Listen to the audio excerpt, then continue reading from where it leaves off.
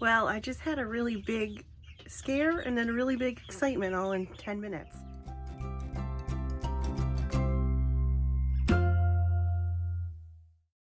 So this morning at 6 a.m. I checked on Lexi, our Holland Lop, who's due. Today is day 31 for her. And so I came out, she was laying in her nest box, so I decided not to disturb her. She left her alone, had breakfast, did a Zoom prayer call with my ladies from church, and then came back out to check on her again. And I show up and all I see is this, a nest box and no mama bunny. So I'm going, wait a minute, where is she? I look inside, no babies, and I freak out. So I start obviously going to look everywhere to find her. So naturally the fear is that she has gotten loose and she has had her babies someplace and I'm not going to be able to find them. It's like 40 degrees out and sunny, but it's cold, and if she lays them on the concrete floor or in a spot where they're in danger, then I have no idea how to find them.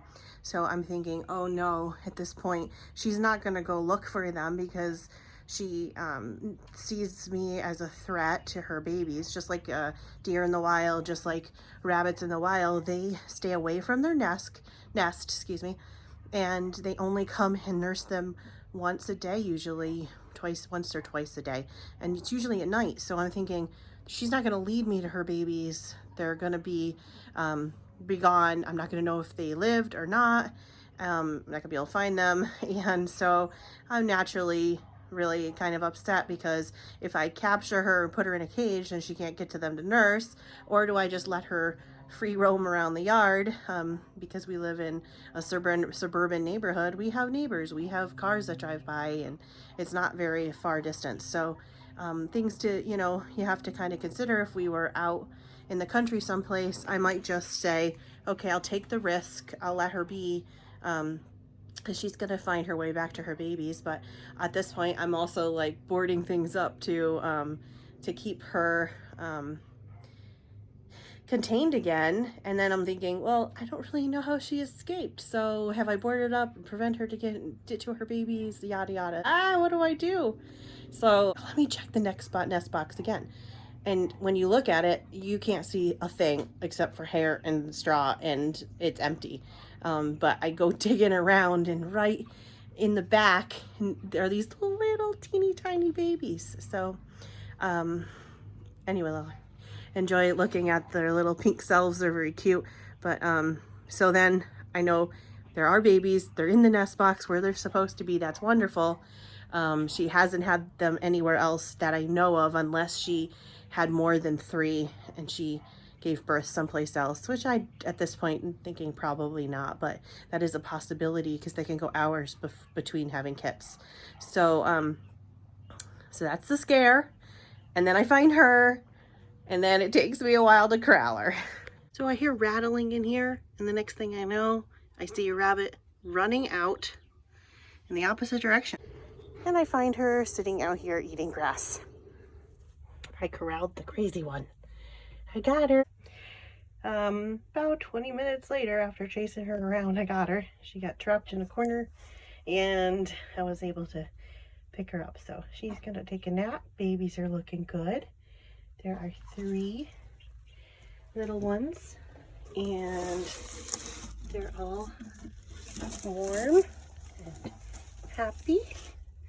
Let's see if you can see them. There. There's 3 little Holland Lops. She's been bred to our Willow, who's our favorite Holland Lop in the rabbitry. He's just loved by everybody. And so I'll put them back. I don't have a heat lamp on them. They're warm in their mom's nest. I do have this light so I can see them. It brings them a little bit of warmth. Good job, Mama. She's not happy that I have corralled her back with her babies. I think she found a way out to escape in the corner here, but I'm not positive. We'll find out if she has another way of escape. For now, I put that milk carton crate in there. And I think it's good that she gets some rest. She's been frolicking in the yard, having a heyday with green grass. So All right, that was our adventure this morning. 3 babies later, mama, babies are doing good. And so the moral of the story is, be anxious for nothing, but in everything, with prayer and petition, present your requests to God. This is such a hard time we're living through for so many people, because just there's the fear of the unknown. And so I just liken this little rabbit moment to one which we can get really anxious over the smallest things. In my case, it was, oh no, the rabbit is lost. Maybe she had her babies. Maybe they're in danger. What's gonna happen? My son is away. He loves this rabbit. He doesn't want anything to happen to her. And we can get really anxious. And ironically, minutes before this happened, I was in a women's prayer time, and we had a devotion about not being fearful and bringing everything to God in prayer for peace. And so we're so fickle. We are like sheep. We go astray so quickly from the truth, and that is that much of our life is not in our hands, but God, who's rich in mercy and grace and love that abounds towards us in every moment of our day, knows that about us. And he says, come to me, all those who are weary and labored, and I will give you rest. And so I say to you today that no matter what you're going through, no matter the fear that's gripping your life, your heart, Jesus Christ loves you. He has a plan and a purpose for you. And you don't need to fear, because what can come of us? The worst thing that happens to us is death, right?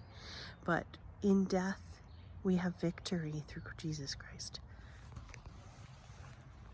He says, how much do I love you? I love you more than the flowers of the field, more than the birds of the air.